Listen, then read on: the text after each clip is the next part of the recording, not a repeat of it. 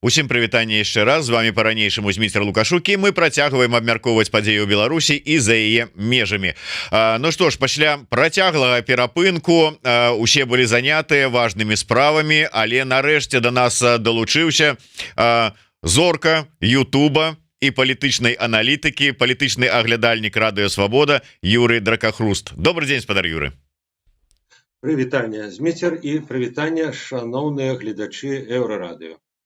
Но вы выбачаеце, что я тут трошечки с таким троху, можа быть, жартам і гумарам пачаў гэтую размову, але сапраўды не толькі я сам паглядзеў ваше выдатнае інтэрв'ю, але бачу, что шмат хто таксама глядзеў, былі каментары, былі абмеркаванні, далучыліся да абмеркавання розныя персоны, пачынаючы ад палітыкаў, палітолагаў, працягваючы, скажем, Апейкіным, і прапагандыстамі лукашэнкаўскімі. А чым вы так прапаганду парадавалі, спадар Юрый? Ну, чамусьці іх закрануў сюжэт, які я расказаў пра Александра Фядуту, як ён пазнаёміўся са мной пасля таго, як Лукашенко перамог на выбарах, пасля таго, як ён мне там казаў, што ну вы ж не думаеце, што вот як бы мы такія, як Лукашенко, мы насамрэч там рэформы ладзіў, а ён як бы будзе такой для нас шырмай, кшталту заклінальнікам змеяў. Ну, ведаеце, я-то в тым інтэрв'ю не стаў тлумачыць, але тады, в 94-м годзе, я выдатна разумеў, што Александр проста гуляў. Ён быў чыноўнікам, і яму трэба было як бы палепшыць вобраз свайго боса, новай улады, сярод нейкіх важных людзей, напэўна, он палічыў і меня важным. І таму ён так казаў, ён казаў тое, што я хацеў чуць. Я это разумеў, дарэчы. Вось, хаця, з іншага боку, разумеў, што, ну, а хто ведае, можа быць, людзі сапраўды крышачку інакш бачаць, чым іх бос.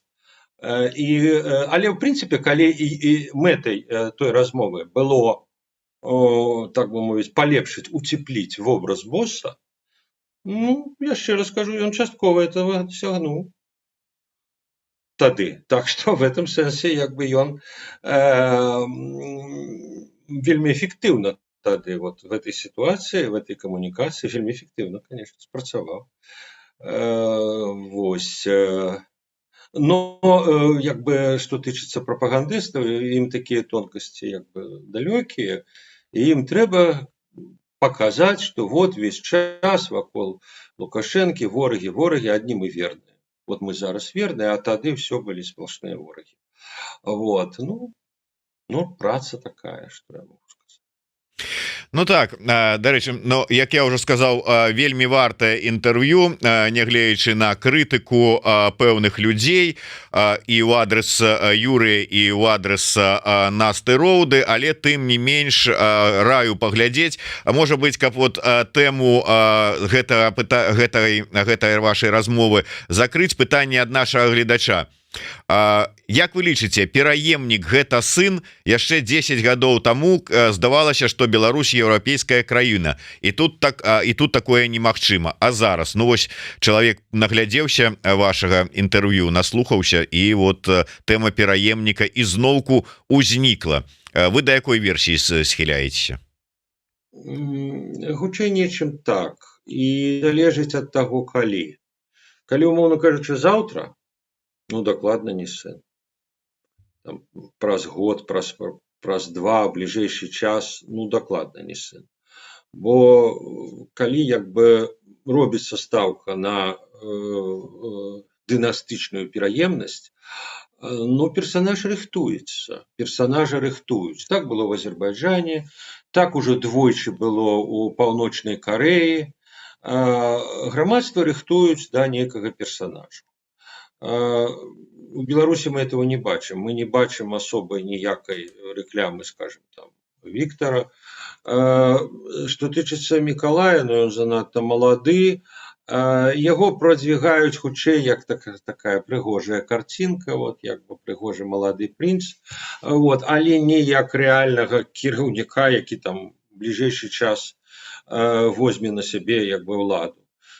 Калі Лукашенко пратрымаецца на цяперашняй пасадзе, ўжо будзе не малады зусім, вось, гадоў праз 10, ну, можа быць, ну, зараз не. Зараз ёсць як бы свае слупы рэжыму, там, я не ведаю, Галушченка, Качанова, сілавікі, магчыма, ну, пра што я в этом інтэрв'ю казаў. І калі, вот, умоўна кажучы, заўтра Лукашэнкі няма, ну, ясна, што хто-то з іх. Ні Віктор, ні тым больш Мікалай не выскачыць як чорцік са скрынкі вот літаральна заўтра, бо да гэтага ніхто не гатовы.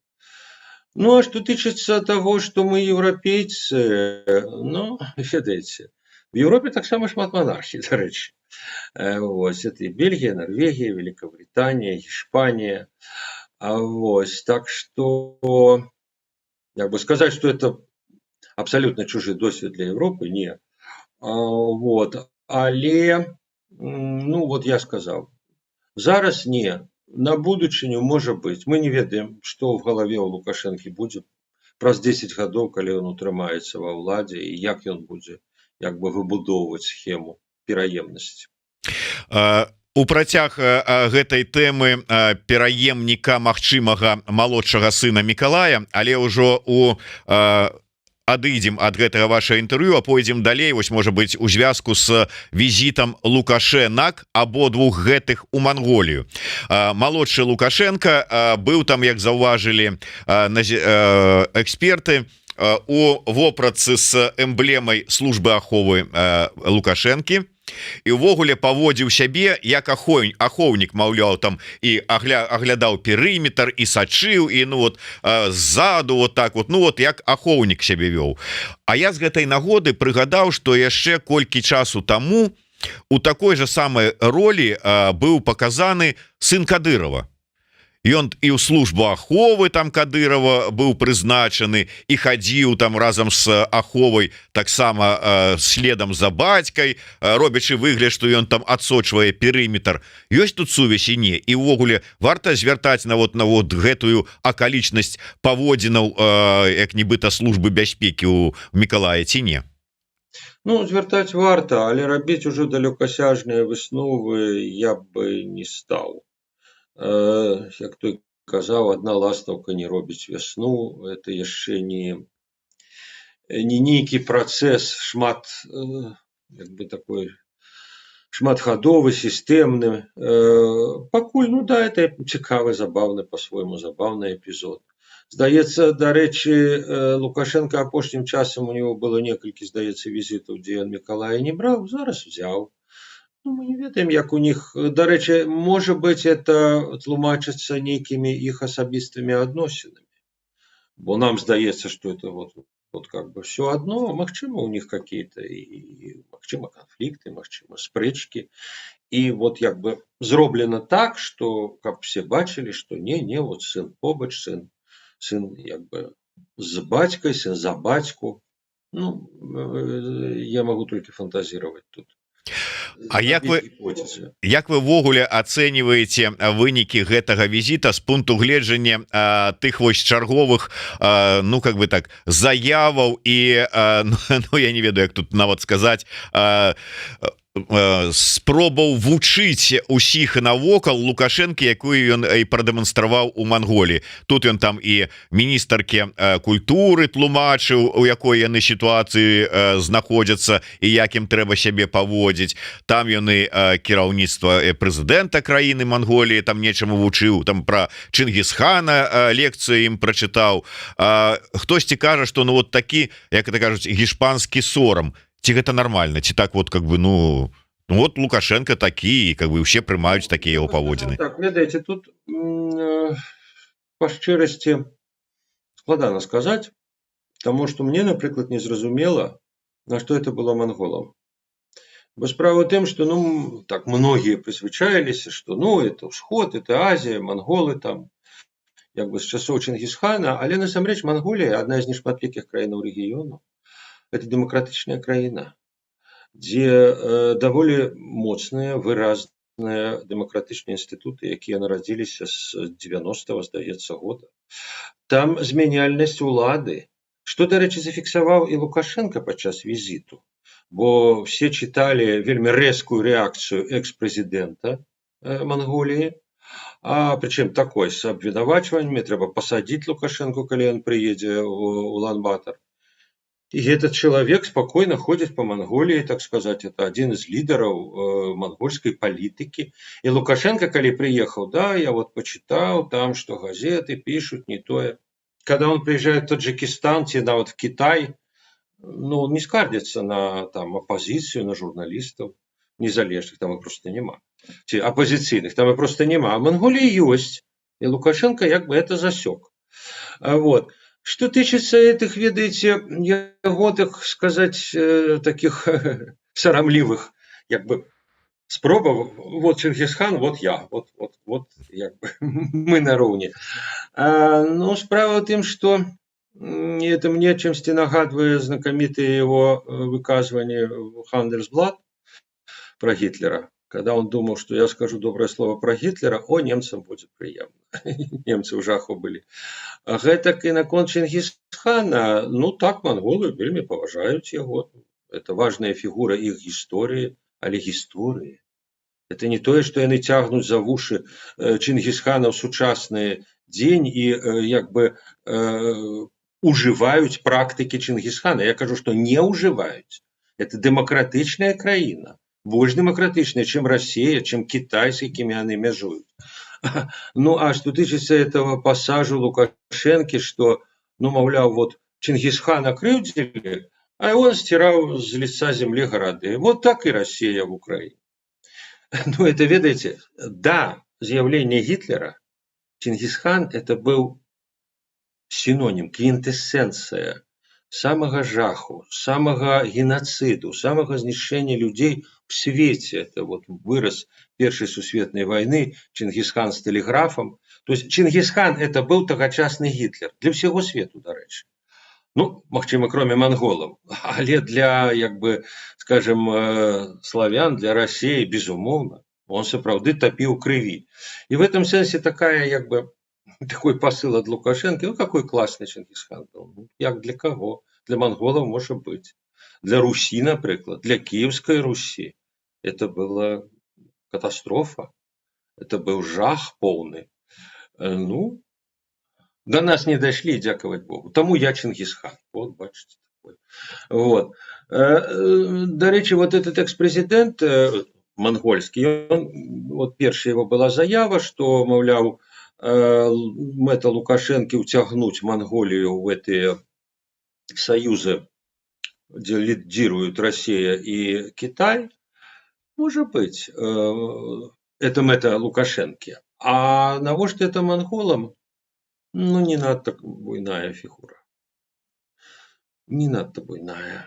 Тым больш, што, дарэчы, сам Лукашенко агучыў, зараз ужо все это дадзеныя гандлю, скажем, закрытыя, 30 миллионов долларов товарозварот. Ну, это ничто.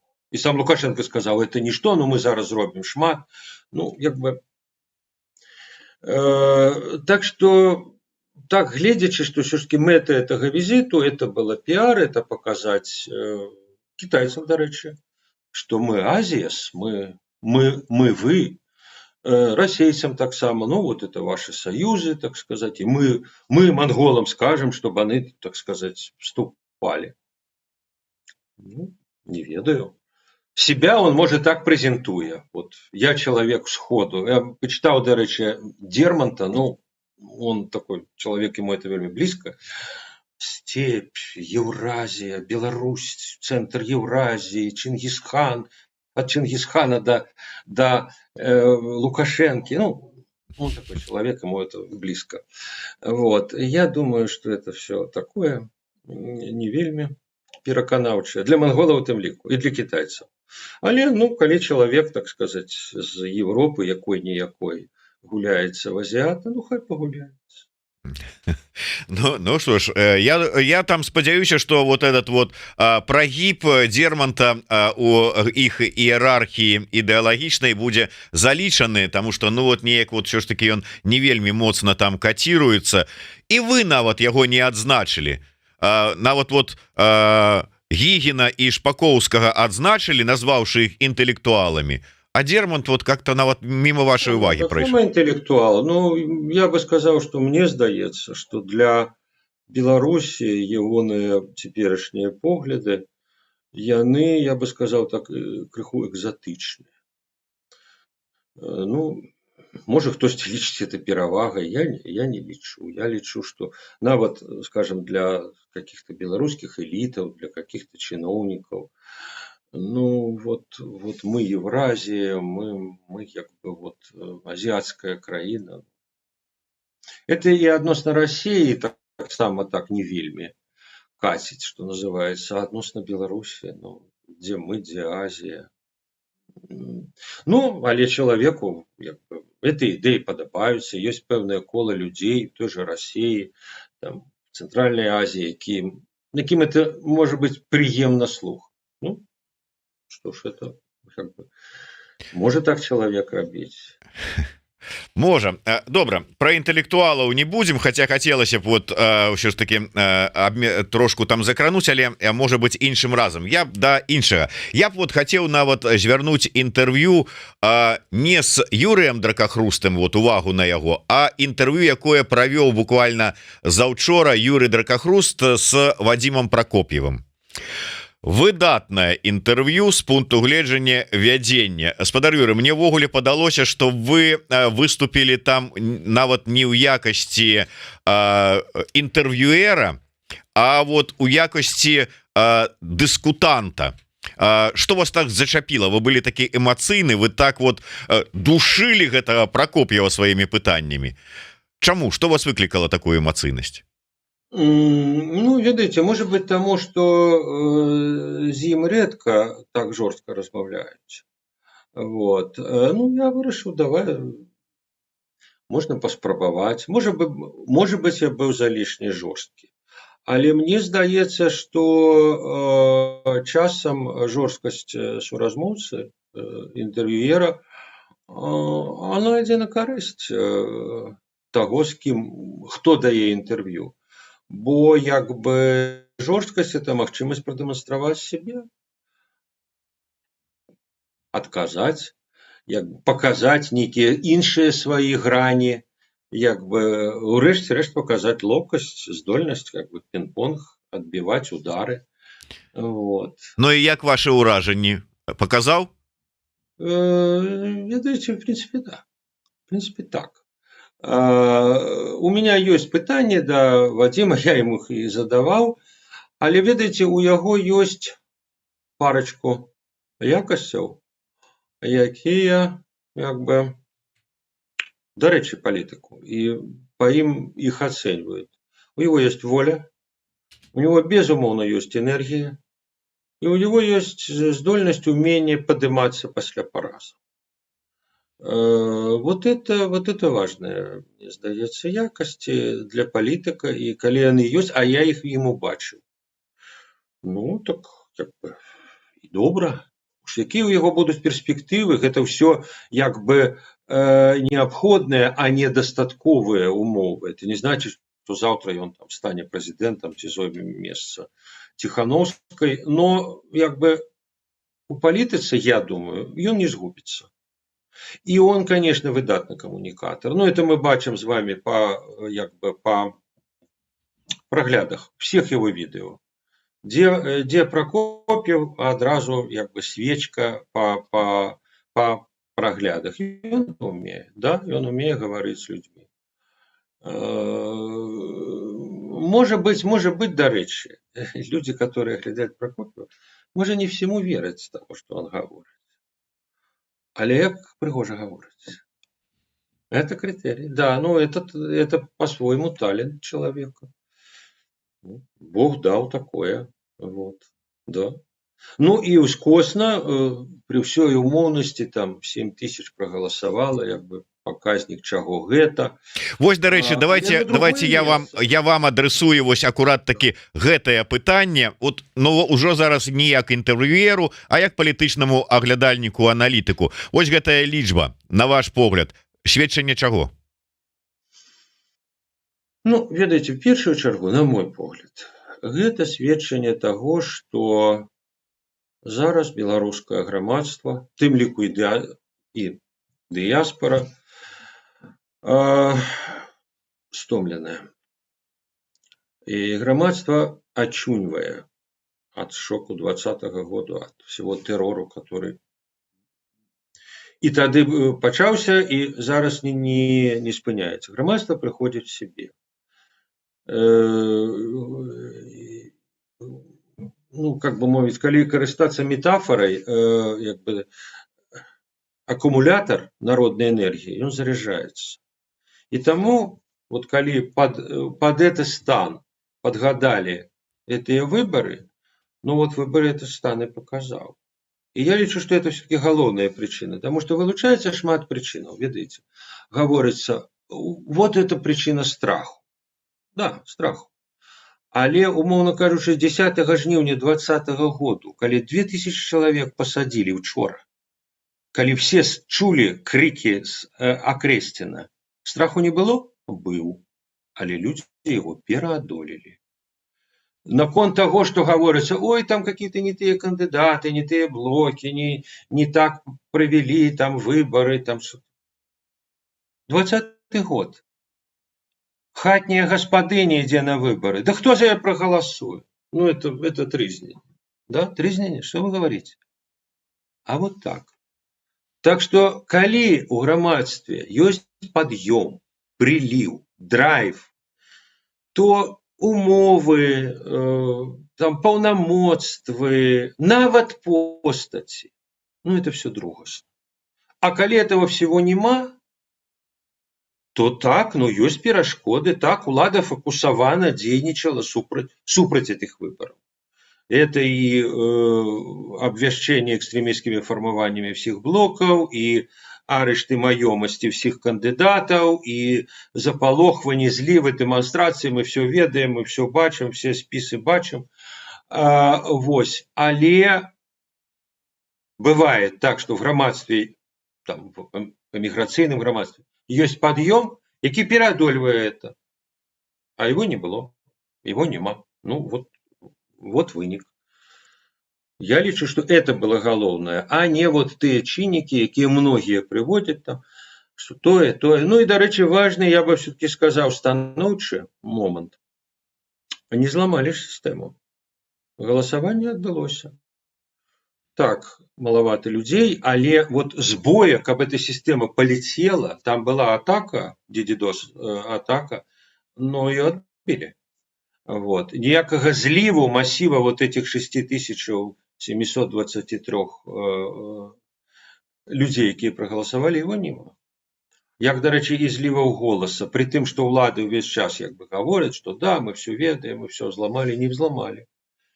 Вот. Так что, ну, да, это была такая корыстная тренировка механизмов, якія могут калісьці спатрэбіцца. И вот як бы демократичные силы показали, что вот пэўныя процедуры яны могуць выканаць. И это не на коленце было зроблено, эти выборы. И так само, я бы сказал, корыстный, на мой погляд, момент, это не выборы, а вот дискуссия перед ими. Она обозначила вот некалькі як бы поглядаў, некалькі новых персон. Падымуцца они, не падымуцца яны, кто ведае. И в этом смысле, ну вот другое место облёк у Прокопьева и Егорова, он не означает, я кажу, что Прокопьев завтра, так сказать, там узначалить все белорусские демсилы, но он показал, что он фигура, и як зразумела и латушка. Да, фигура, ну, вот. Это факт.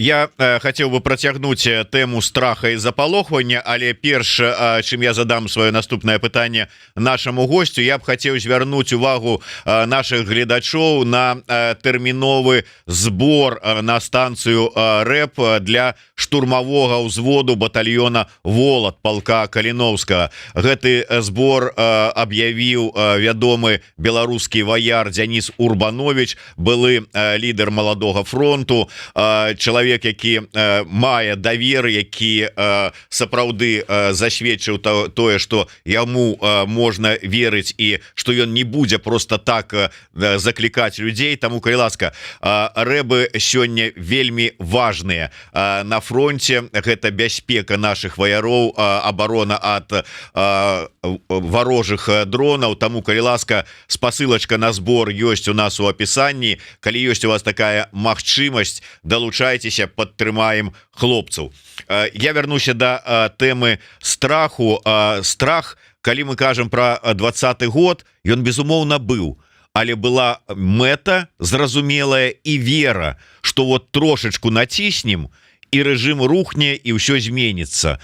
А тут, калі мы кажам пра выбары гэтыя, пра каардынацыйную раду і страх, і ты думаеш, ну а дзеля чаго мне пераадолеваць гэты страх? Дзеля чаго мне рызыкаваць? Каб што? Ну, ведаеце, Зміцер, справа ў тым, што вера, упэўненасць, перамозе – это суб'ектыўная ці нават дакладней інтэрсуб'ектыўная рэальнасць.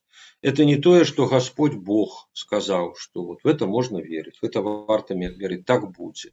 Это не тое, што навука показала, што ў 20-м годзе можна было зрынуць Лукашенко. Беларусы ў той момант в это поверили. Так, вы маеце рацыю. І гэта было для многіх як бы матывам, аднім з галоўных матываў. Мы можем перамагчы. Но это ниоткуль не вынікала. Это не было навуковым фактом. Люди в это поверили, да. А зараз нет. Зараз, вот як написала Le Monde, там журналістка была на этой великой конференции, якую проводили, ну, як бы все блоки. И она написала першы радок, значит, публикации. Беларускія дэмакратычныя сілы хочуць знайсці другое дыханне. Ну, відаць, она это чула ад кагосьці з трыбуны там ці ў кулуарах. Вот. Ну, могла быть вера в это. Бо, ведаеце, я вот таксама прыгадваю першыя гарбачоўскія выбары яшчэ на з'езд Саветаў СССР. І тады таксама можно было разважаць так, вот як вы зараз кажаце. Да что эти советы? Что они значили все апошние 70 годов? Это таки бантик на реальные партийные улады. Выберем мы туды людей, не выберем. Какая розница? Навошта это? Дурота это. Так люди могли разважать. Так не разважали, да. Тому что изноў жа был драйв, были спадзевы, была вера, что гэта паўплывае. Але не таму, што людзі як бы усведамлялі, разумелі, што гэта будзе нешта іншае. Ніхто не ведаў, што это будзе.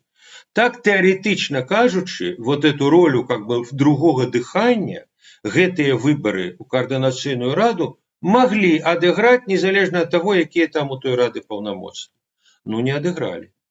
Але не таму, што рада там бездапаможная, ніякая. Саветы былі 70 гадоў ніякімі. Ну да, а потом стали якими. Так и рада, и с радой, ну, калі б 100 тысяч взяли удел в этих выборах, згадзіцеся, мы бы інакш. Мы бы пра іншае размаўлялі. І у рады сэнс быў бы іншы. Вот, як бы сэнс ёй надалі бы те 100 тысяч.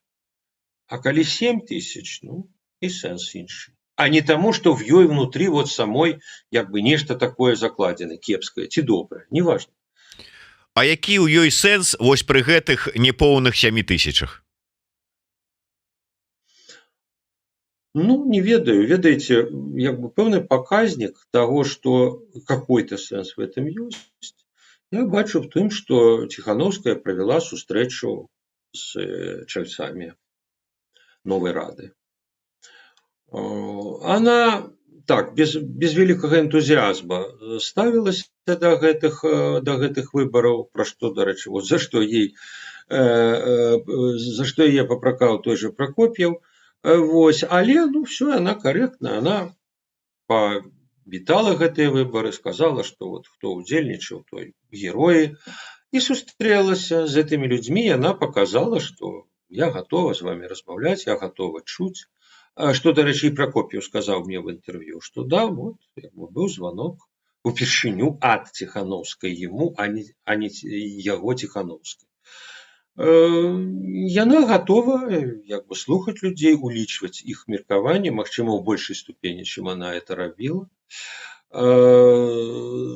Даваць магчымасць нейкім фігурам выказвацца разам з ёй, супольна з ёй, а не супраць яе.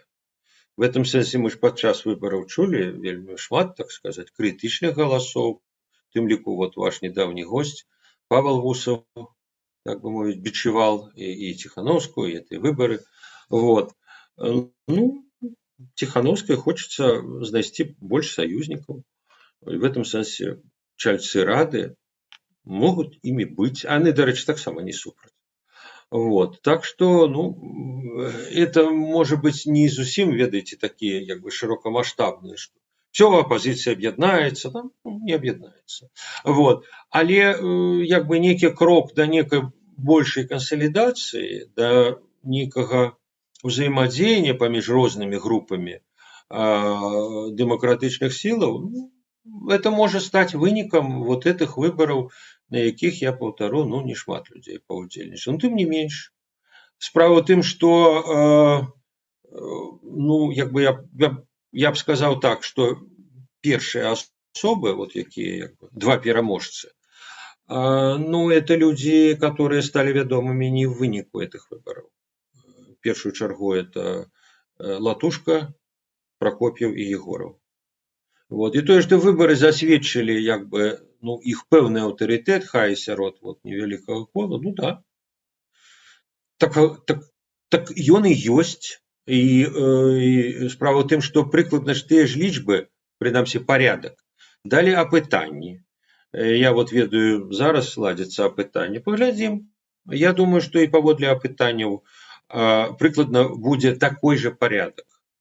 І паводле апытанняў сярод больш шырокага кола. Я думаю, што прыкладна тыя ж людзі будуць на першых месцах паводле папулярнасці. Вы узгадалі пра словы, якія гучалі не толькі ў гэтым вашым інтэрв'ю, але ў папярэдніх інтэрв'ю ад Пракоп'ева. Гэта такія намёкі на нязначную ролю ў гэтым электаральным працэсе Ціханаўскай і офіса. І нават шырэй ён пайшоў. Не тое, што вот яна не выказала падтрымку гэтым выбарам, хоць абяцала яму, па яго словах, падчас сустрэчы ў ЗША у Еле, але ён пайшоў шырэй, калі пачаў гаварыць пра тое, што, маўляў, так вобразна намекаючы, што тая сітуацыя, у якой мы там дэмсілы зараз апынуліся, гэта з-за памылак, якія былі здзейснены, як это ён казаў, нашым кіраўніцтвам у Вільні. Ці не такі прама гэта не было сказано, але ці не намёк гэта такое, што ну вот там вот вы ж разумееце, вот мы паважаем вельмі такія людзі, якія маюць права там прадстаўляць Беларусь, ну але ну і каманда слабенькая, і памылкі вот яны ўжо цягам колькіх гадоў пастаянна здзейсняюць, а вот мы зараз.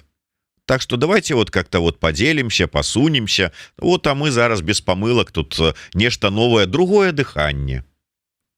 Ну, ведаеце, там в той гутарцы я так, можа быць, крышачку рэзка, но нагадаў Пракоп'еву, прынамсі адзін сюжэт. Калі, скажем так, яго абяцанні нешта зрабіць, прынамсі стварыць полк Пагоня, ну вот, таксама не атрымаліся. Да, былі перашкоды. Ну, так і ў Ціханаўскай ёсць перашкоды, якія яна не можа пераадолець. А потом, ведаете, тут же ситуация такая, что кто кому заминает, дорога же открытая. Ну вот зараз этот кризис на мяжи, да, белорусско-литовской. Там вельмі сумные такие ситуации.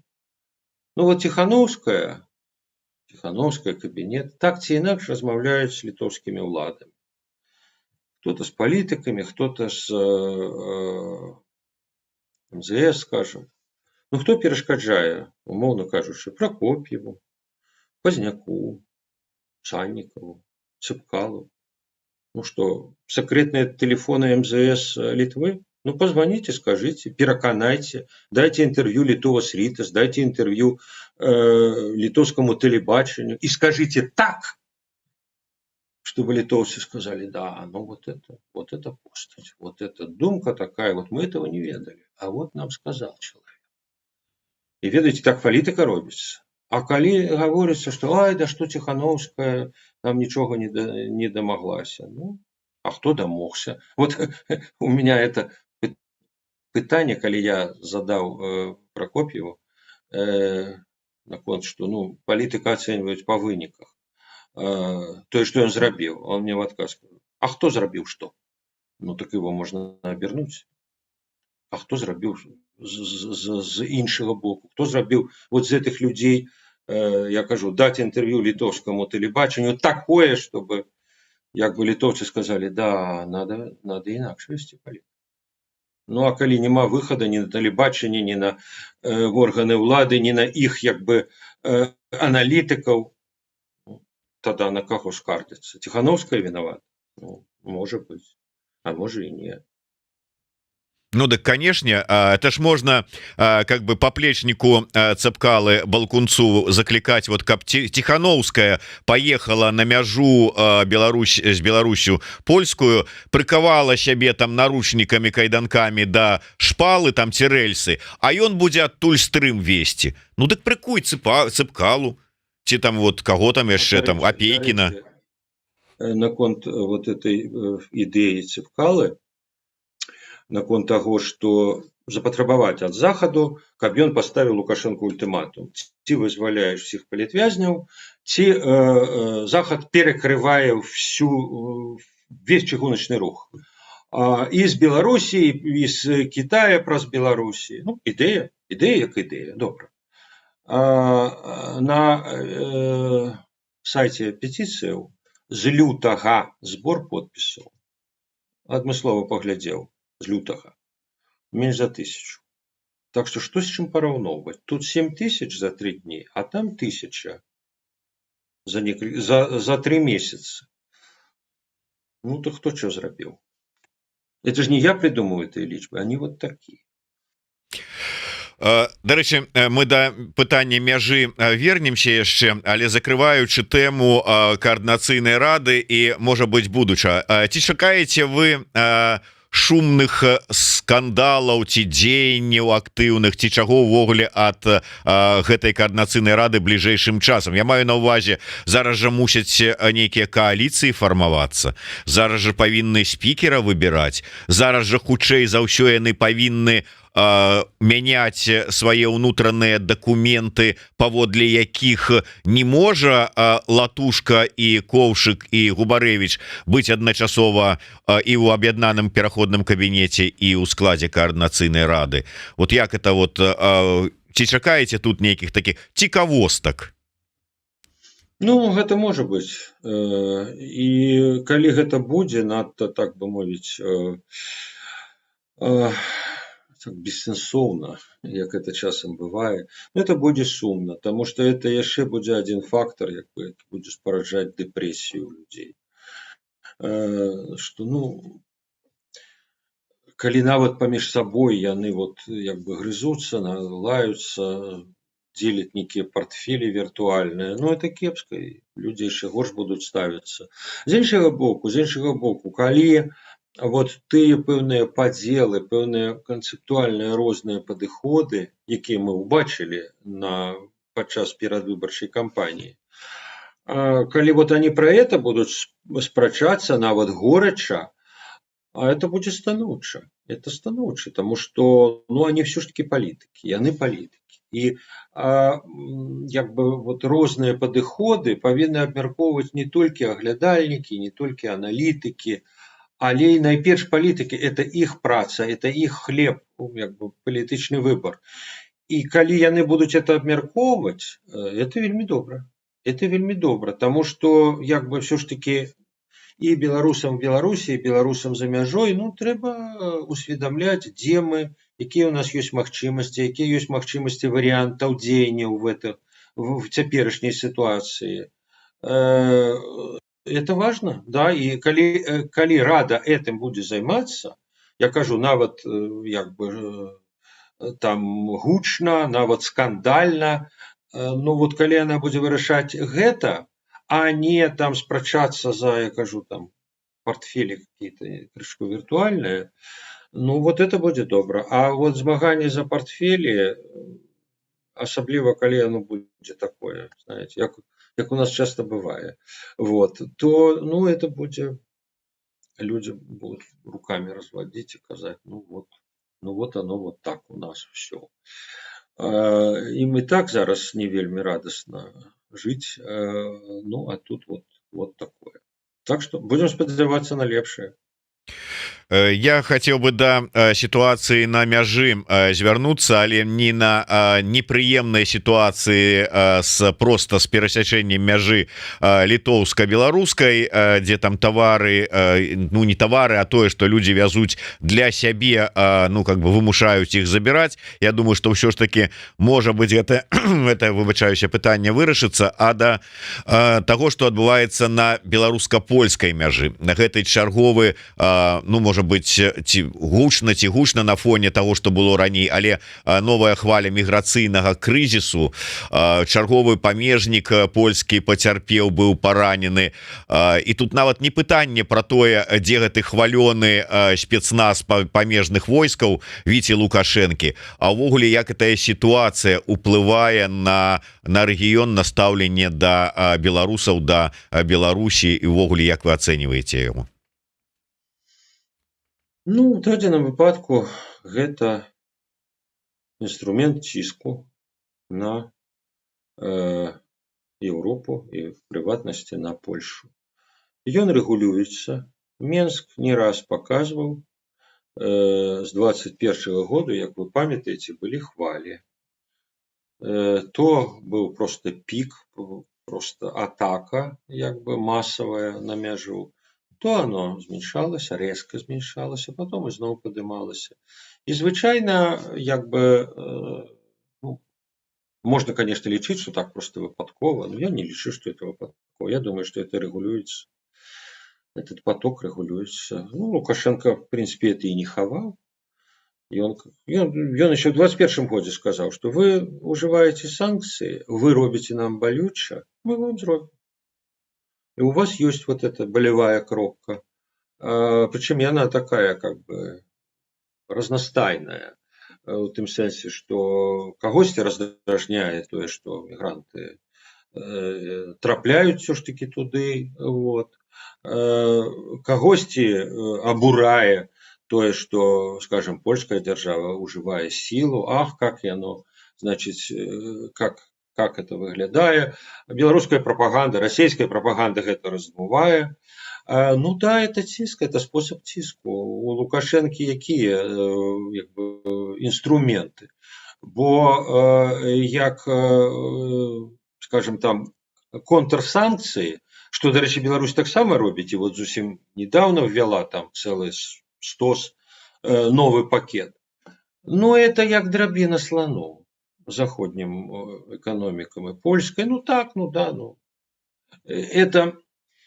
Это не шкода такая серьезная. А вот мигрантский кризис шкода, да, это вельмі неприемно, это проблема, и проблема бяспеки, и проблема внутренней политики, да, ну вот так они дзейнічаюць. Ну, потом мы бачым, что зараз уже этот белорусский досвед засвоили, что называется, старейшие браты и Финляндии, они же так само спрабавали эти натоўпы посылать. Ну, финны просто закрыли межу цалкам.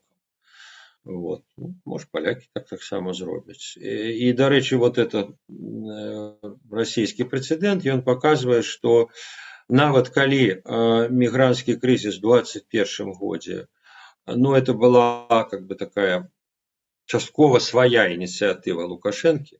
На Россию тады ніхто ніякіх санкцый не накладаў, а на его накладали. И он это был его двубой с Европой. То зараз понятно, что отбывается унификация як санкций, так и реакций. И в этом сенсе я думаю, что вот теперешние атаки на польскую мяжу, они принамсі скаардынаваныя, узгодненыя з Москвой. Не выключено, что и нават технологично. Ну, тут я не буду гадать какие-то версии, что там ці ёсць расейцы, якія этим займаюцца на мяжы, ці нема, можа і нема. Но тое, что это ўжо ёсць нейкая супольная палітыка, мне здаецца, это відавочна. Ну и, может быть, на заканчэнне я хотел бы закрануть трошечку тему Украины, у тым сэнсе, что дазвол атрымалі украінскія войскі выкарыстоўваць заходнюю зброю по аб'ектах на тэрыторыі России. Пачаліся размовы про тое, что а калі вайсковыя аб'екты ці там нейкія цели расійскія на тэрыторыі Беларусі, ці аб'екты, якія працуюць на ВПК расійская, беларускія, наколькі гэта законныя цели і калі чакаць удару. Як вы ацэньваеце гэтую верагоднасць? Як нізкую. Як не нулевую, но нізкую. Таму што, ведаеце, па расійскіх аб'ектах насамрэч украінцы вялі удары даўно. Не учора. Не пасля таго, як ім дазволілі. І гэта была іх палітыка. Як мінімум з канца, а можа нават з сярэдзіны ўжо 22-го года. Тэарэтычна па Беларусі можна было знайсці нагоду, каб гэта ж зрабіць. Урэшце рэшце з Беларусі ішлі войскі, самалёты лецелі на Гастомель, самое сердце Украины, в Киев. Летели ракеты до Кастрычніка 22-го, Лукашенко завозил мобиков. Кожны з гэтых кейсаў мог стаць нагодай для удара по беларускім аб'ектам ці по расійскім аб'ектам на Беларусь. Не стаў. І з гэтага вынікае, што это палітыка. Палітыка Украины. Недаўняе, дарэчы, было інтэрв'ю Михаила Подоляка, дорадцы кіраўніка офісу прэзідэнта Украины, дзе ён подвёў такую юрыдычную базу, сказаў, што с Россией у нас война, и мы з ёй воюем, тым ліку і на яе тэрыторыі. А з Беларусью у нас няма войны. Тому мы не наносим удары по ее территории. То, что сказал спадар министр Литвы, министр замежных справ Габриэлис Лансбергис, он же сказал: на мой погляд, Украина мае право наносить такие удары по территории Беларуси. Но это не значит, что она повинна, а это вырашае в Киеве. А магчыма, дарэчы, калі узгадняць, калі яны палічуць патрэбным это з нейкім узгадняць, то, мягко кажучи, это будзе не только Литва, і, магчыма, не столькі Литва, а другие столицы. Але, врэшце рэшт, рашэнне яны будуць прымаць, і рашэнне, гледзячы па всем ужо прынятае. В этом сенсе, вот, скажем, той же Подоляк, он такую формулу знайшоў чисто юридичную. У нас няма войны з Беларусью. Але калі казаць пра украінскіх палітолагаў, якія ходзяць вокруг банкавай, сёе тое чуюць і удзельнічаюць в размовах, і, здаецца, в вашай перадачы таксама многія з іх пра это казалі. Калі Лукашенко пашле беларускую армію воеваць, удары будуць па беларускай тэрыторыі. Дакладна. Калі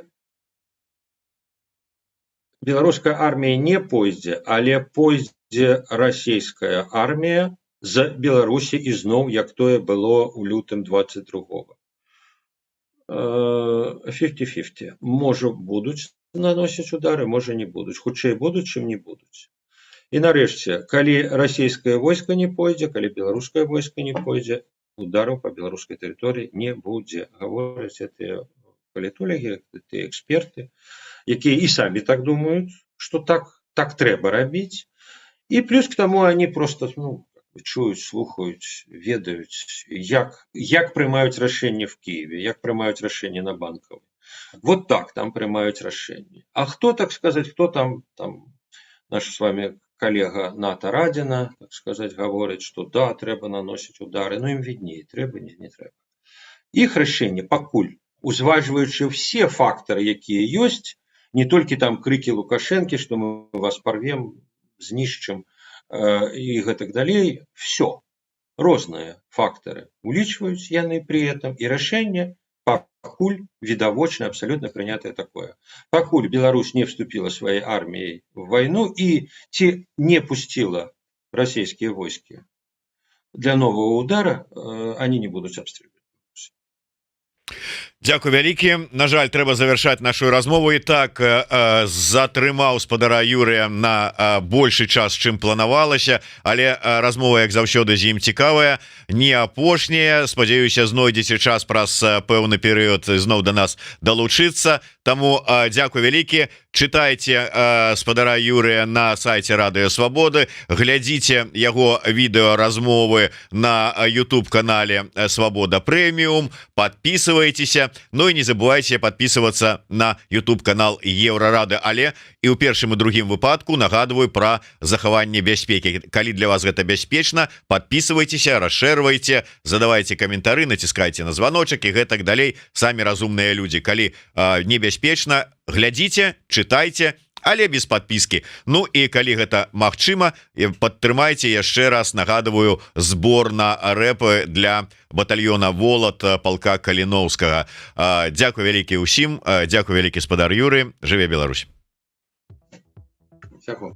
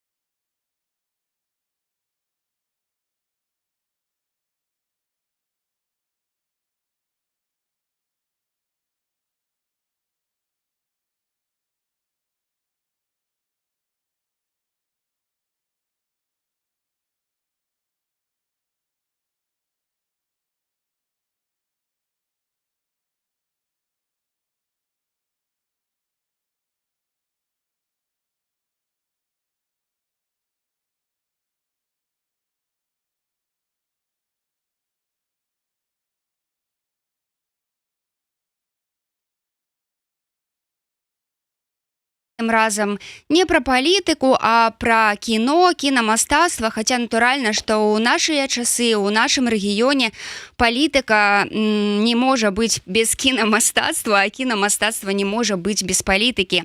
Карацей, мы будзем гаварыць сёння у тым ліку пра кіно, якое беларусы вельмі хацелі паглядзець у 2020 годзе. Але ім яго не паказалі. Фільм мусіў стаць фестывальным, праехацца і па Берлінале, і па Канах, і, напэўна, што-небудзь атрымаць, таму што гэта вельмі добры фільм, але ў выніку мы проста заселі каля сваіх ноутбукаў, уключылі пірацкую версію, паплакалі і працягваем узгадваць гэты фільм вельмі цёпла. Карацей, сённяшні наш госць гэта галоўны акцёр гэтага фільма, чалавек, які сыграў Янку Купалу, Мікалай Шастак. Мікалай, вітаем вас. Прывітанне. Мікалай, вам будзе зручна, калі мы будзем размаўляць сёння з вами па-беларуску, ці ўсё ж? На белорусском. Да, конечно. У меня единственное, и последний раз я сталкивался с белорусским языком во время съемок, вот, но и я думаю, что я вельмі зразумею. Гэта цудоўна. Дарэчы, а як праходзіла вашае вывучэнне беларускай мовы? Вы хадзілі на нейкія курсы, ці вы проста самастойна гэта рабілі?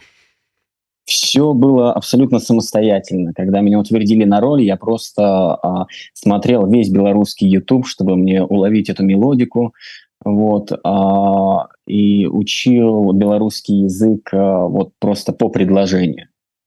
Например, там стих «Залягла, як постель лебединая бель». Все, для меня на тот момент это было что-то... Я никогда не сталкивался с белорусским языком. Вот. И я по улицам Риги, значит, ночью выходил, и часа два вот только 2 строчки «Залягла, як постель лебединая бель». И вот так вот, не знаю, часа 3 учил, и на утро вроде бы как-то выучил. Понятно, что были неправильные ударения, неправильные вот эти мягкие и твердые «ч», мягкие «си».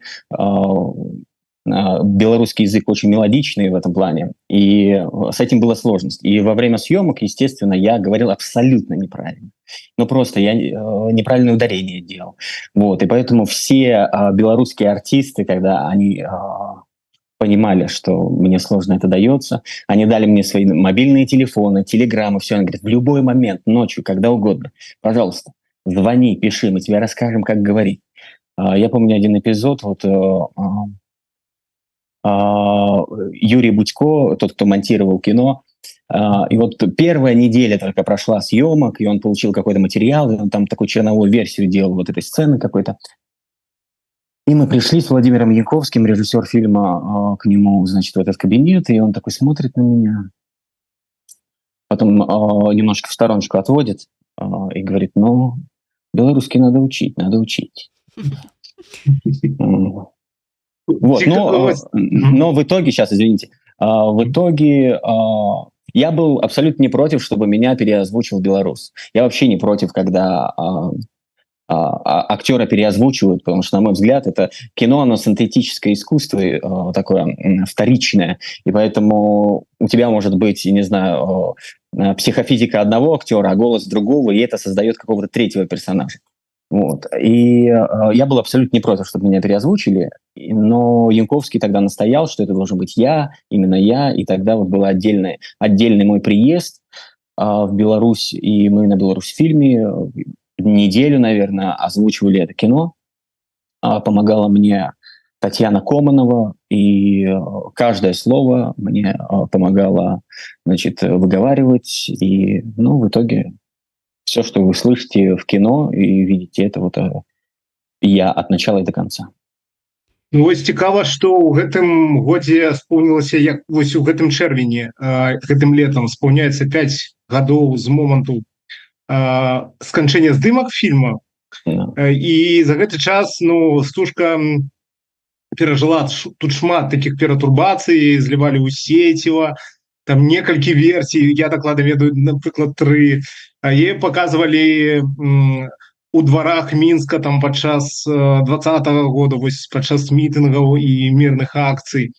Яе зараз працягваюць паказваць, я прынамсі, ну, чытаю пра гэта. робіць такія кінасеансы ў розных краінах свету, там і ў Англіі, і ў Еўропе, і у ЗША. Увогуле, Мікалай, як для цябе, што для цябе ўвогуле гэты зараз фільм, як ты яго ўспрымаеш? Гэта веха, не веха, ці гэта такі нешта, што з мінулага ўжо у мінулым ужо засталося? Не, если говорить про мою актерскую карьеру, то, безусловно, это, наверное, самая сложная и самая такая знаковая роль на данный момент в моей карьере. Что касается в целом фильма, то, конечно, я чувствую некую какую-то причастность ко всему происходящему, и то, что мой небольшой, может быть, но какой-то вклад есть в некую борьбу, если это можно так назвать. Вот. Несмотря на то, что я, конечно, гражданин европейской страны, и мы категорически против любого пиратского контента, вот, мы не смотрим его никак. Но кто нам запретит по всем известным, значит, способам? Ну, как-то так. Ну, цяпер вы лічыце, што ўсё ж гэтая пірацкая копія і патрапленне такім чынам, так, да гледача кіно, яно цалкам апраўдана ў нашых цяперашніх рэаліях? Ну, да, возможно, конечно, да. Мікалай, ведаеце што, не ўсе гледачы Еўрарадыё ведаюць, што у вас ёсць беларускія карані і, магчыма, у тым ліку і прастое вы атрымалі гэтую галоўную ролю. То бок, я так разумею, што для Янковскага ўсё ж было важна, каб, ну, хоць нейкае судакрананне да Беларусі галоўны герой меў, так? Честно говоря, это надо спрашивать у Янковского, что для него было важно. Я не могу ответить за него. Вот. Но и я не знаю, насколько мои белорусские корни сыграли роль в моем утверждении. Вот. Но в итоге, как мне передали, что людям было немножечко, людям, которые утверждали на роль, что им было немножечко полегче использовать мои корни как некий такой защитный элемент в плане того, чтобы утвердить меня на роли. Вот. А корни у меня, да, белорусские, но по отцу, к сожалению, отец мой давно ушел из жизни, поэтому, в принципе, поглубиться, как говорится, вот в эту линию моей жизни, моего прошлого, мне еще не удавалось. Но в свидетельстве о рождении, я рожден в 87 году, у меня написано, что отец руссо-белорус. Угу. Вот. А вы ведаеце, з якога рэгіёну паходзіце вашыя продкі? Ну, не знаю, если вы представляете карту Латвии, это часть... Раньше это был Двинск. Ага, окей. Вот, Двинск, вот так на границе с Белоруссией. Двинск, я родился в городе Краслава, я не знаю на тот момент, как он назывался. Ну, вот этот регион Двинска. То бок і ваш бацька з беларускімі каранямі, ён таксама быў недзе з поўначы Беларусі. Да, а бабушка, если я не ошибаюсь, его мать, она тоже очень давно умерла, я был совсем маленьким, она вот с литовской части. То есть мне кажется, что там где-то вот княжество литовское что-то вот должно быть. Но остался дядя мой в живых, поэтому я думаю, надо с ним пообщаться на этот счет. Может быть, он что-то знает. Ну, вось мне цікава у тебя, Миколай, запытацца наконт уцвярджэння твоей роли, потому что ты распавядаў у інтэрв'ю аднаму латвійскаму медыа про тое, што гэта было такое шматступенчатае прыняцце рашэння. Там спачатку студыя, потым Міністэрства культуры, потым ужо адміністрацыя прэзідэнта, там, то бок, увогуле, як ты успрымаеш тое, што, ну, просто роля у фильме зацвярджаецца на такім высокім узроўні. Відавочна, што у Латвіі там ці ў іншых, магчыма, больш такіх цывілізаваных краінах, ну, такого не адбываецца. Як ты гэта успрымаеш? Ці гэта спакойна, ці гэта нешта такое невидовочное для тебя? Не, ну, безусловно, это было необычно, потому что когда проходили пробы, в принципе, уже во время проб у меня было такое внутреннее ощущение, что все идет туда. И мы как-то с Янковским вместе сработались как-то сразу. Вот. И Да, потом вот был месяц перерыва, месяц утверждения, и мне вот кастинг-директор Инга Муратова так по секрету, я не знаю, я лично там не присутствовал, меня никто не звал в идеологическую комиссию туда и не, значит, не наставлял меня, чтобы я там, значит, говорил про каких-нибудь лидеров, ну, какого, значит, из какого материала у них состоят тестикулы. И поэтому, да, слушай, я начинаю поэтично размовлять. Ну, это было действительно необычно. Это проходило в несколько этапов. Вот. И вначале это было на Беларусьфильме, потом через какое-то время, значит, на Беларусьфильме вроде бы утвердили, сказали, ну да, вроде парень нормальный. Значит, ну, говорят, ну, он вроде латыш, как это латыш будет играть, значит, этого белорусского поэта. Вот. Потом это прошло, позвали идеологическую комиссию, насколько мне известно. Потом, значит, после идеологической комиссии, значит, кого-то из Министерства культуры, они тоже вроде посмотрели, ну да, пробы хорошие, все. Вот. Ну и в итоге это все ушло в администрацию президента, и там уже, я не знаю, там, какие у вас правила, там, ставит ли сам президент подпись под утверждением, либо еще что-то.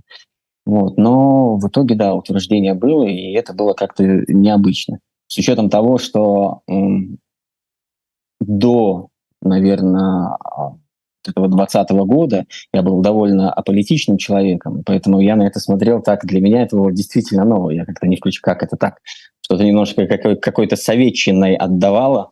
Вот, я думаю, ну ладно, наверное, так. Ну вот, и в итоге, ну, как вышло. То бок па сутнасці вас ну як бы не пажала крыху ідэя ехаць здымацца ў кіно ў краіну, якая мела так сабе рэпутацыю ў Еўропе. І у прынцыпе вось Беларусь жа фільм таксама не славіўся асаблівым крэатывам, але вы ўсё ж вырашылі рызыкнуць? На тот момент как-то у нас не было вот этого вот настроя какого-то, что, значит, какой-то... Мы все-таки дружили, у нас даже были какие-то культурные связи общие до 2020 года, какие-то, значит, общие... У нас было и, если я не ошибаюсь, то ли в 2017 году выставка общая Янки Купалы и вот нашего Яниса Райниса. Вот, они вместе дружили, и наш латвийский поэт, он боролся за права белорусов в Латвии, благодаря ему здесь открыта школа. Вот, и в момент, я не помню, какой-то год был, может быть, 26-й, когда у вас была реформа белорусского языка, правописания. Вот, и он там присутствовал, есть фотографии, где наш поэт рядом в обнимку с Янкой Купалой сидит, вот, два Янки.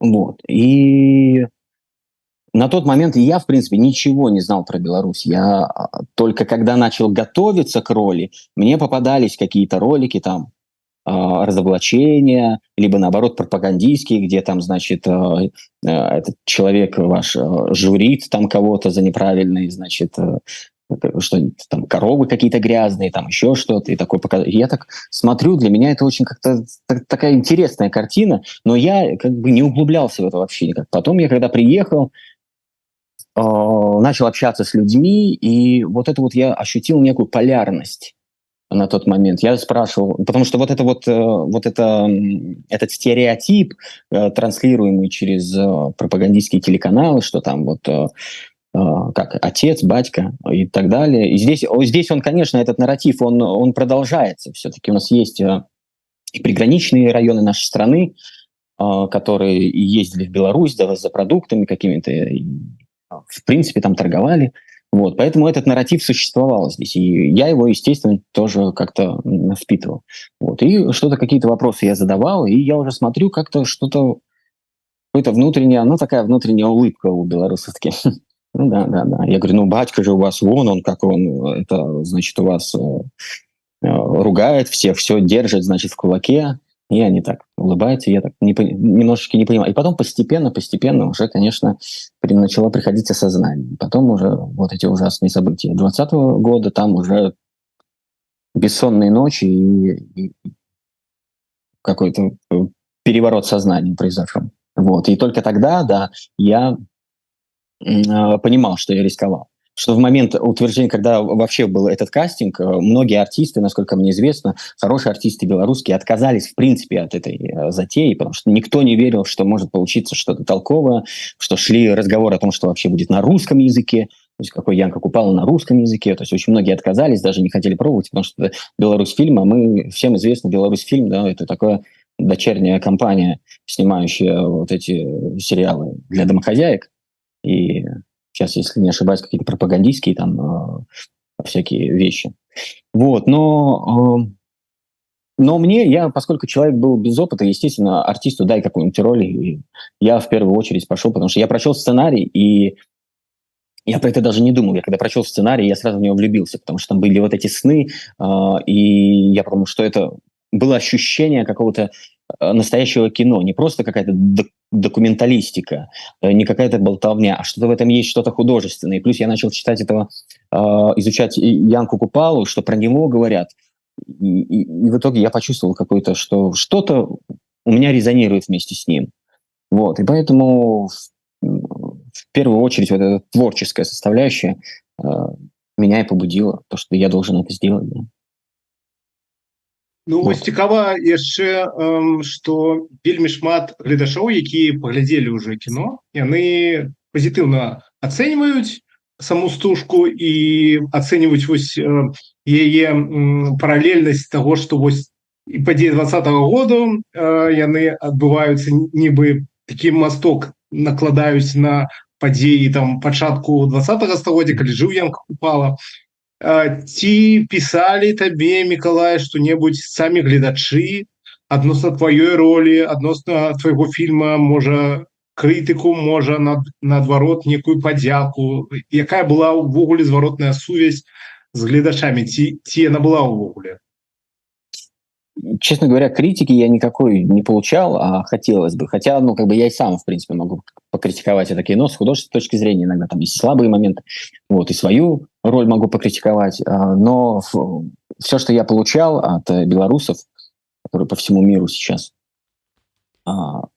то это только благодарности. Даже были какие-то вдохновения, кого-то там вдохновил стихи писать, кто-то мне присылал свои стихи, еще что-то. Я бы не сказал, что это катастрофически много мне кто-то пишет, но периодически я получаю какие-то отзывы, благодарности и приглашения. Вот были тоже, там в Шотландии показывали, в Англии, но я просто в силу занятости не смог туда съездить, в белорусские сообщества. Вот. Но у меня были телемосты какие-то с гледачами.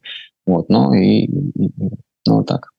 Мікалай, а уяўляеце сабе, што вы цяпер, атрымліваецца, адзіны чалавек, які можа публічна разважаць і размаўляць пра гэты фільм. Таму што, усе, па сутнасці, відаць, аўтары цяпер мусяць маўчаць пра яго, таму што, гэты фільм проста покладены на полицу у долгую шуфляду. Да, спасибо, что вы задали этот вопрос, потому что для меня этот вопрос действительно очень больной и болезненный. Вот Тарас правильно подметил, что мне иногда что-то кто-то пишет, там благодарность, я так или иначе могу получить какой-то фидбэк, что для художника очень важно, ты сделал что-то, и это невероятно важно получить обратную связь, что ты сделал, потому что изнутри ты не понимаешь, плохое ты кино сделал или хорошее, ты все равно его любишь. Вот, и тебе сложно оценить, насколько оно хорошее или насколько оно плохое. Вот. А работала очень большая команда, которая... И это было действительно удивительно, потому что я начинал первые съемочные дни, и все как-то вот так, на отвали. Так, рабочий день закончился, все, у меня время, все, мне никто не доплачивает, никто переплачивать не будет, все заканчивают, складывают, значит, инструмент уходит. Постепенно я смотрю, как люди начинают вовлекаться в эту историю. Они понимают, что что-то происходит, но еще не понимают, что. Что что-то...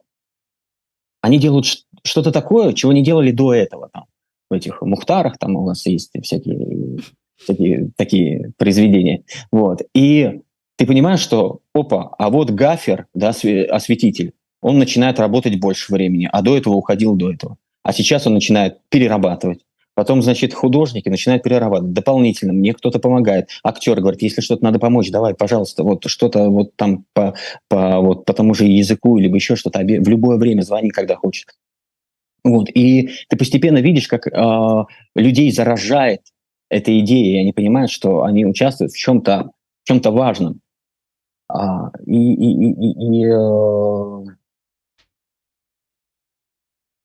Ушел. Вот после того, как произошли все эти события, естественно, кино положили на полку. И ты понимаешь, что вот там уже половину людям даже не заплатили. То есть артисты, которые до сих пор не получили ничего. Я, как иностранец, естественно, там вообще отдельная история была про мою оплату. Я за нее боролся, как этот самый... То есть там странная очень система. Я первый раз с таким сталкивался, что нужно идти, значит, тебе выписываешься, ты идешь на кассу, на кассе тебе девушка отсчитывает, значит. Потом, значит, в контракте у меня одна сумма, которую мне предназначена, но оказывается, я должен половину суммы отдать, значит, туда, значит, куда-то в дирекцию, потому что на эту сумму они меня кормят, покупают жилье, значит, и покупают билеты. Я не понимаю, как это работает. Потом я считаю и понимаю, что мой перелет, мое проживание, моя еда стоит намного меньше, чем я им отдаю. Я говорю, извините, давайте я буду сам приезжать, сам буду покупать, значит, себе еду и сам буду снимать себе квартиру. Вот. Ну и в итоге я как бы и заработал на процентов 30-40 больше, чем если бы было бы по контракту. Но это очень странная система, я не понимаю, как она работает. И что... Вот. А половину артистов вообще не получили никакого вознаграждения до сих пор. И, наверное, было бы какое-то утешение, какая-то красная условная дорожка и премьера, но этого ничего не было. Поэтому здесь особого внимания требуют вот эти люди, которые работали над этим фильмом. То есть тут можно сейчас перечислять все их имена, но... Ну, вось унікальнасць стужкі, напэўна, у тым, што яна так аб'яднала вялікую колькасць артыстаў і інтэлектуалаў і інтэлігентаў, напэўна, беларускіх, там, звязаных з дзяржавай, звязаных з прыватным сектарам яшчэ ў 18-19 годзе. Ці падтрымлівае ли хто-небудзь з табой яшчэ і пэўныя кантакты, ці завязалася, можа, дружба, сяброўства, можа, з кім-небудзь у себе, Миколай?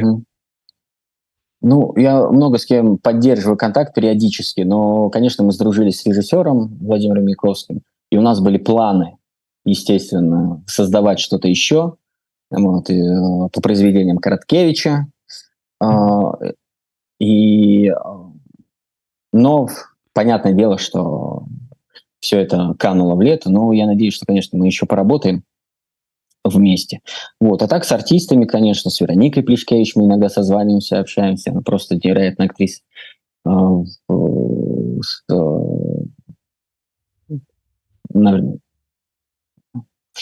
Есть один артист тоже, и просто про это говорить нельзя, но я про это думаю уже несколько дней, и я не знаю, насколько вы в курсе, что он вернулся в Беларусь, и я не могу говорить его имени, потому что просили этого не делать. И он сейчас на Окрестино находится. И,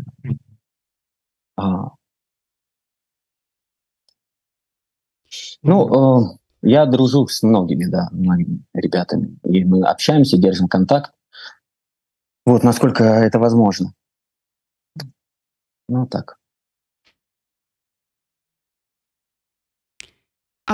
Окей. Вы сказали, что вы двойчы глядзелі фільм і напрыканцы плакалі.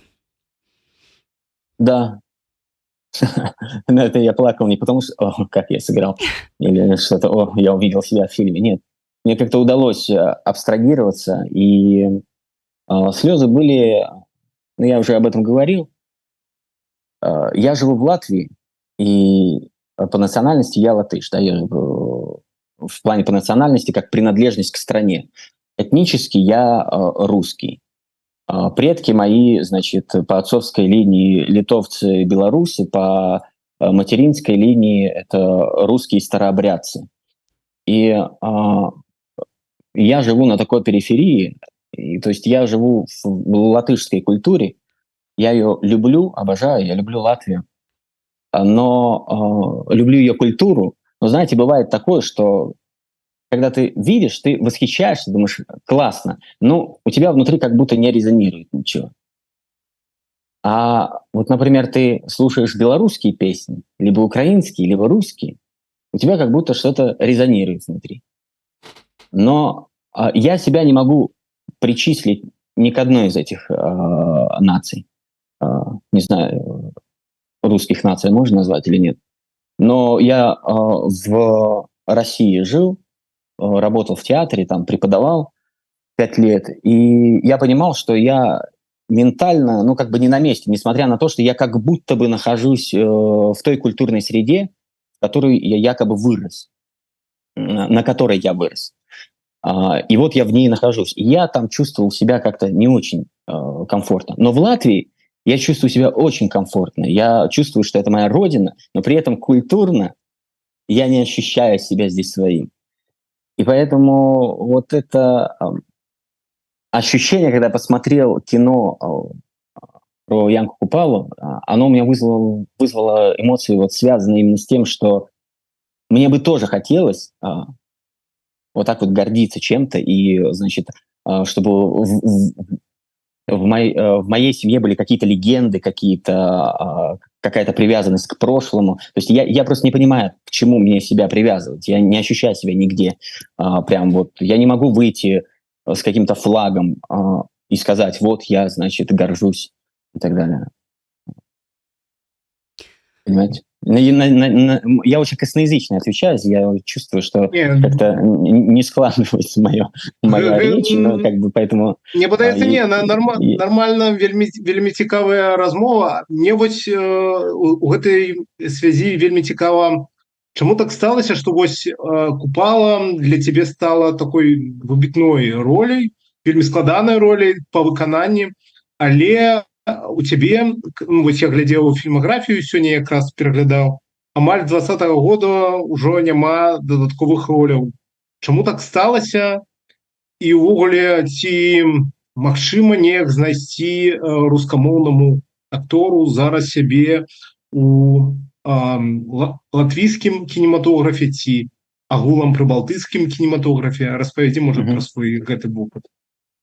Ну, это понятно, это очень просто, что, понятное дело, что я русскоязычный актер, и после, значит, Купалы, естественно, у меня было много предложений из той же Беларуси, но они были такого смутного качества, вот, и я понимал, что сейчас Купала выйдет, может быть, что-то будет получше, я ждал какой-то достойной роли. И, естественно, не дождался. Начались все эти события, потом началась война, и понятное дело, что все планы, которые могли быть связаны с Россией, я их сам лично для себя оборвал.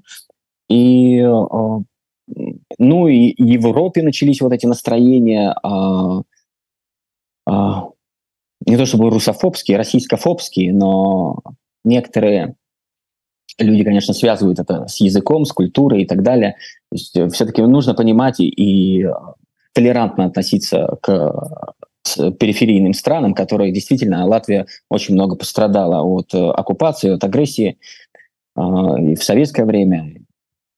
Вот. Поэтому что-то у нас снимают, и я, конечно, здесь я снялся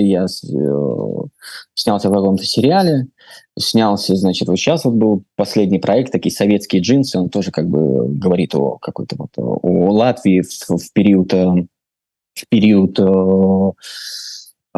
советской оккупации. Вот. И, ну, там такая роль тоже небольшая, это был просто шизофреник в психической клинике, немножечко, значит, с мегаломанией и чуть-чуть сексуально озабоченный, ну, такое, ну, все в таких умеренных дозах. Вот. И, сейчас, естественно, русское у нас ничего не снимают. Пробуешься на английские проекты. В английских проектах, естественно, ты там можешь претендовать на роли каких-нибудь бандитов, ФСБшников и так далее. Вот недавно я проходил роль, значит, пробы на такого злого ФСБшника. Но при этом я сам занимаюсь, сам сейчас пытаюсь что-то делать. Вот сейчас я монтирую короткий метр и надеюсь, получится, и как-то вот пробую двигаться в сторону большого метра. как раз мы сейчас на этапе написания сценария, потому что есть некая идея, которую хочется воплотить, и сотрудничаем, кстати, с девушкой из Беларуси, только она не из Беларуси, она давно уехала из Беларуси, а авторка, как можно сказать, она пишет стихи, пишет прозу, пишет пьесы, и вот мы попробуем написать сценарий. И что из этого получится, неизвестно. Ну, я, естественно, буду там играть и, скорее всего, и режиссировать. Вот. Поэтому... Мікалай Шастак, латышскі акцёр, які сыграў Янку Купалу у аднайменным фільме «Купала» рэжысёра Владзіміра Янкоўскага, фільм, які не ўбачыў шырокі глядач, але які можна, сябры, тут у мяне пытаюцца ў каментарах, ці можна фільм недзе паглядзець, можна, проста трэба пашукаць добра, бо мы ж, натуральна, што рэкламаваць пірацкае кіно не можам. Вось, што яшчэ пішуць? Пишет, что, мне кажется, Беларусьфильм была шикарной киностудией. Корж Саблин, Виктор Туров, Борис Степанов, Михаил Пташук, Дмитрий Иосифов. Это были мастодонты режиссуры. Так, няма таго, што раньш было, як кажуць, таму што цяпер у Беларусі вось акурат здымаецца шмат прапагандысцкага кіно, так, як, напрыклад, дактарам, якія з'ехалі за мяжу, хочацца хутчэй вярнуцца дадому, ці пра тое, як аб'ядноўвалі заходнюю і ўсходнюю Беларусь у 39-м годзе. Вось на ваш погляд, Мікалай, ці ёсць патэнцыял у прапагандысцкага кіно сапраўды ўплываць на свядомасць людзей, хаця б на тых, каго заганяюць у кінотэатры? Может быть, я неправильно понял вопрос. Можно еще раз повторить, я попробую его перевести. Добра, я пра тое, ці ёсць патэнцыял у прапагандысцкага кіно это понятно. Уплываць на свядомасць людзей. Свядомость это что было? Сознание. Сознание. Все, я понял. Да. Ну, влияют, мы видим. Послушайте, мы видим, что происходит в России, и какое бешеное количество просто зазомбированных людей. Это работает, это постепенно, по чуть-чуть, может быть, как-то внедряется в твое сознание, как такие щупальцами, но это разъедает мозг. И, конечно, мне кажется, естественно, это работает. Але глядзіце, Эйзенштейн некалі таксама здымаў прапагандысцкія фільмы, так? Але дагэтуль мы лічым ягоныя фільмы высокім мастацтвам. Вось ці ёсць нешта ўсё ж агульнае паміж фільмамі прапагандысцкімі таго часу і з тым, што цяпер выпускаюцца у пуцінска-лукашэнкаўскую эпоху? Правильно понял. Есть ли разница, да, между кино Эйзенштейна и кино... Вопрос какой-то сложный. Ну, разница, наверное, нету разницы никакой, просто одно дело, кино снимали, знаете, в начале его становления и только искали какие-то выразительные средства, приемы, и оно стало великим только потому, что вот, посмотрите, как, значит, падает коляска или там, значит, какие-то интересные кадры, вот, то сейчас каким образом в веках останется кино, неизвестно. Возможно, оно останется только вот как некий пропагандистский прием, и его будут изучать и смотреть, сказать, вот, значит, при этом режиме показывали такое кино, и оно пытались вот так воздействовать.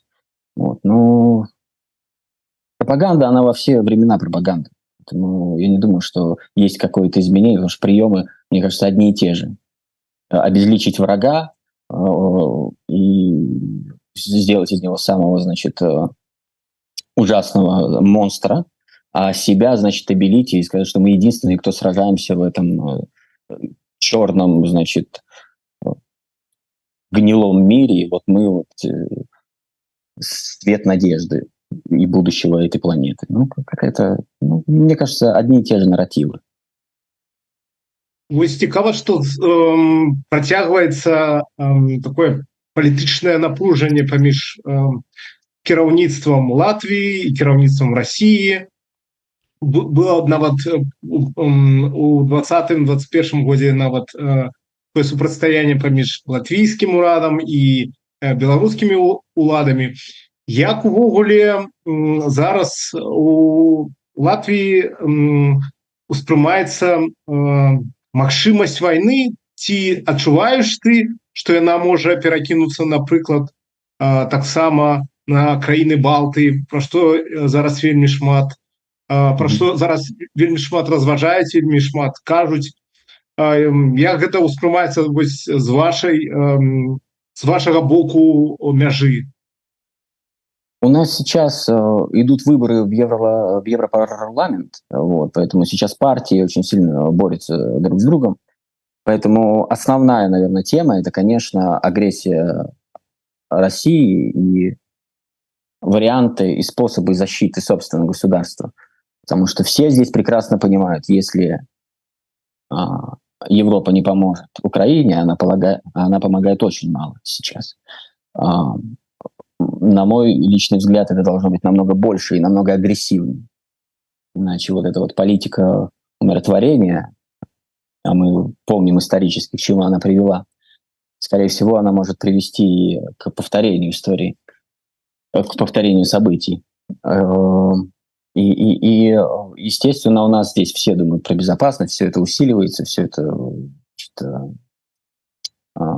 Все понимают, что мы, возможно, следующие. И как раз вот та часть страны, о которой я говорил в начале, да, вот это Двинск, Краслав, где я родился, это, да, своего рода Донбасс наш латвийский. Не дай бог, но мог бы быть, если мы не остановим этого монстра и узурпатора.